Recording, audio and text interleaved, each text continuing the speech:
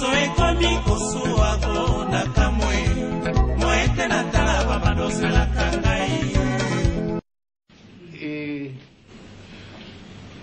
ils ont eu donc des Congolais par la corruption, ceci, cela. Ils l'ont fait marier à la sœur de James, à une Tutsi, directement. Il a abandonné sa femme à Kinshasa. Oui, il a abandonné sa femme à Kinshasa avec les enfants. Vous voyez encore le problème avec les Congolais. C'est grave. C'est très grave. Il nous laisse beaucoup de problèmes. Il est là et maintenant il crie qu'il veut venir. Hein? Bon, le voilà devenu un chef de guerre de la rébellion. Et ils sont allés ramasser tous les autres rebuts que vous connaissez. Les Tambo Mwamba,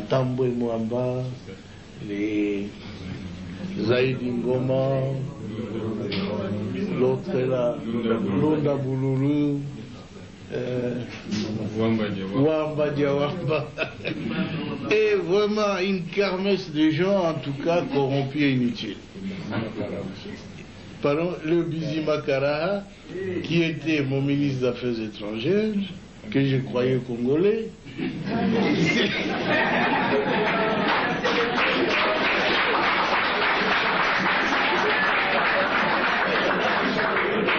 Et à ma très grande surprise, quand j'avais demandé à cette armée de se retirer, et avait déjà fermé des valises, ils disent, leur armée se retire, ils se sentent en insécurité. Je dis, mais non, votre armée reste. C'est l'armée rwandaise qui se retire. C'est pas la vôtre. Mais ils ont disparu. Et j'ai compris qu'ils n'étaient pas congolais alors. Parce que l'armée qui s'est retirée était rwandaise. Ah oui.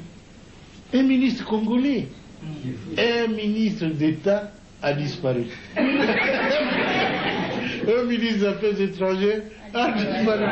J'ai dit, nous étions infiltrés alors. Infiltrés au sommet de l'État. Alors ainsi on aura pu découvrir des documents où Kagame dirigeait ces gens-là, où il complotait pour que les Tutsis prennent la tête de ce grand pays qui n'est pas le leur. Alors ça en est trop, hein. Ce pays ne leur appartient pas. Ils veulent en prendre la tête. Quoi? Mais c'est pas possible, ça a été très grave. On a vu tout ça, si seulement on l'avait su avant, ça aurait été bien. Mais le conflit a éclaté après. Ils tentent le conflit, ceux qui n'ont pas pu réussir avec le coup d'État, qui avait échoué le 2 août. Et maintenant, je le vois en train d'échouer encore. Notre peuple se défend. Je suis très heureux que vous tous ayez pris conscience de la gravité de la situation pour nous mettre tous ensemble, tous les partis politiques confondus, chez nous. Tous les Congolais se sont mis ensemble derrière le gouvernement. Ils m'ont soutenu, je dois l'avouer très sincèrement. Et je ne sais même pas ce que je ferai pour les rendre.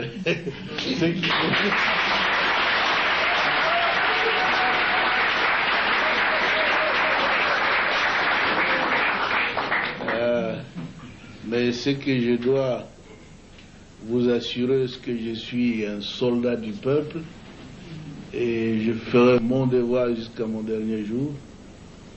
Je veux que mon pays soit totalement libre et en tout cas un pays moderne qui se développe, où sur le plan social nos villages doivent être transformés parce que tout le monde a